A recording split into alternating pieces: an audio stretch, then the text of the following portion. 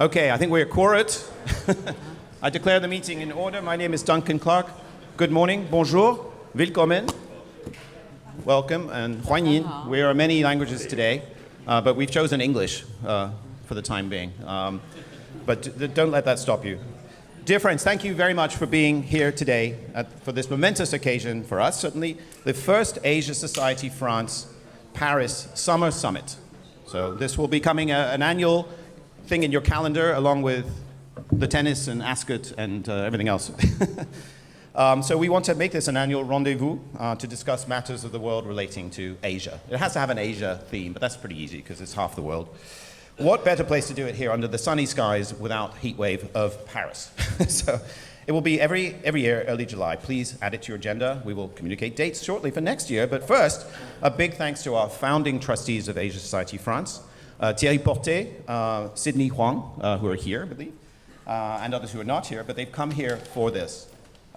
It's thanks to their generosity and all of our founding trustees and trustees that we can welcome you today in this beautiful facility of Columbia Global Centers. I'd like to thank in advance Brunhild and Krista for letting us take over their home.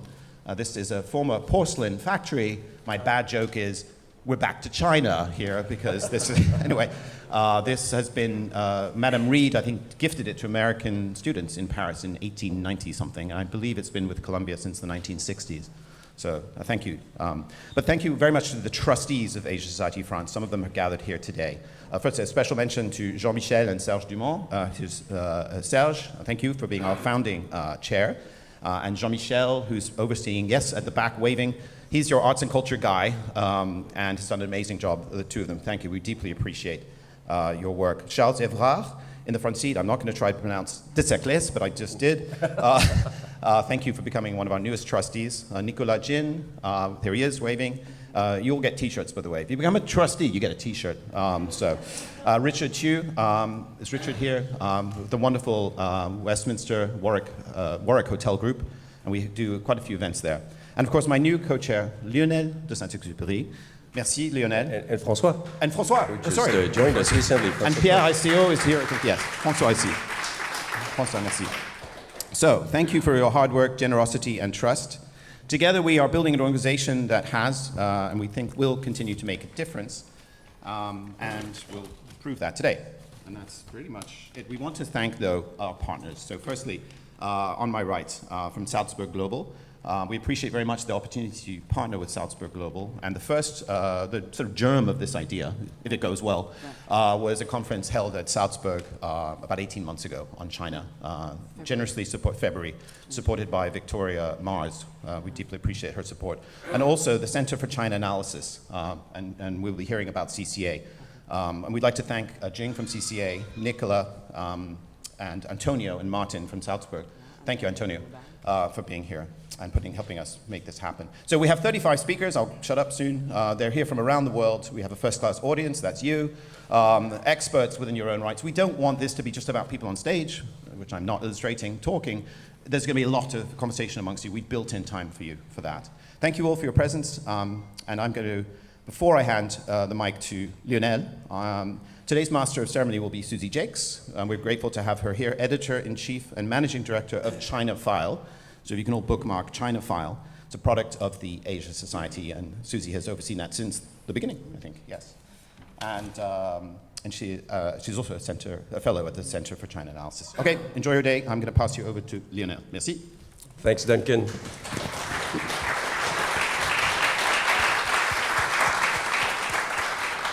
Ni hao. Et bonjour à vous tous, bienvenue. Merci d'être présent aujourd'hui. Welcome to all of you. We're very excited. This is the first Summer Summit for Asia Society, which has recently joined as co-chair with Duncan. I'm very excited about the program today, and very importantly also for all the future actions and events that we're going to be hosting in Paris, and maybe some pop-ups elsewhere in Europe. So we're going to get to know all of you over time, and thank you again for being with us today. We have an incredible lineup of speakers, but more importantly of insiders about China. So we're incredibly fortunate to have this this brain trust here in Paris. This is a pretty one-of-a-kind event in France, in Paris. Rare to have that much insights about what's happening in China today. I think it's important to all of us. So very much look forward to hearing from all of the speakers. Also, this is very much, it illustrates perfectly what the purpose, the mission of Asia Society, bridging the world, bridging the East and the West. It started in the US and Asia. Now we're trying to bridge into Europe as well. We have a center in Zurich as well, so that's, we have some representative from the Zurich Center. And Paris is the first flag in the European Union.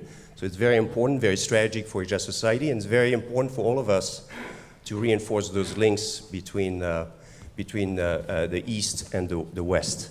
With that, any further ado, I'll pass to you, Nicola. Thank you. Just to encourage people to come forward. Thank you, Lionel. But if you're a reserved person, it says reserved. You take those seats. Come on up. So, good morning, everybody. Guten Morgen, willkommen in Paris. My name is Nicola Daniel, and I am here representing the Salzburg Global. And it's lovely to be here. I'm so glad that we could have this follow-on event that started with our February 20th. Right, yeah. So there are a few of you in the room who were at the Salzburg Global China Forum. If you could raise your hand, Alicia and Tomo and Cameron. Hello, I was looking for you earlier. And Ted. Oh, wow, Yiling. Cool. Willkommen. All right, cool. And a few of you may not know what Salzburg Global is. I will be very, very short, but we were founded in 1947, and it was basically, the Schloss is the Schloss where The Sound of Music was filmed, for those of you who are a fan of that movie. But it was meant to be a place for dialogue and reconciliation after World War II, and it was felt by the founders that it was not enough to just have a Marshall Plan to build the infrastructure of Europe, but we also needed a Marshall Plan for the mind. So it was kind of an intellectual adventure, and it was started as a combination of some guys from Harvard, yes, guys at the time, but Austrians and Americans. And so to this day, you know, our mission has evolved. We do more than just talk about, you know, reconciliation from World War II. I run the Finance and Governance Forums every year. But now we've kind of undergone a new branding, and kind of the focus of our mission is to change the conversation. So very similar to what we hope here to do today. Our events are much smaller scale than this, and they're Chatham House. But anyway, we invite you to come and take a look at our website and participate in some of our events as well. Most of them take place in Austria, but increasingly we have lots of events also in Asia. In Japan, we have long-standing events that take place there. So very excited to be here today. Thank you. Before acknowledging also people from Asia Society's Global Board. So Gary Rochelle in the front left is chair of Asia Society, both in Northern California, and also our newest center after Paris is in Seattle. So we have a growing tech and West Coast presence. So thank you, Gary, for being here. Shane Williams-Ness is our chief development officer. Look, we'll get you a T-shirt.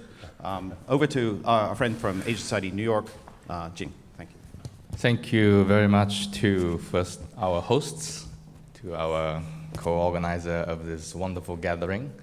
I'm Jing. I'm the co-founder and managing director of the Center for China Analysis, which is a center Kevin Rudd and I started about 3 years ago. Maybe I can share some of our funding visions and missions with everybody to help to start this conversation.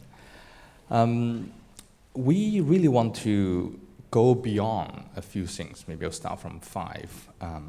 We want to go beyond, first and foremost, a DC-centric conversation on China. I think that's why we're here. I think I mentioned last night very briefly, we became increasingly hopeful going from DC to Brussels and to Paris, which is a good sign. We have 64 fellows in 12 different countries. I think 11 of them are here. Raise your hand from CCA. So we are trying to contributing our knowledge base to this discussion.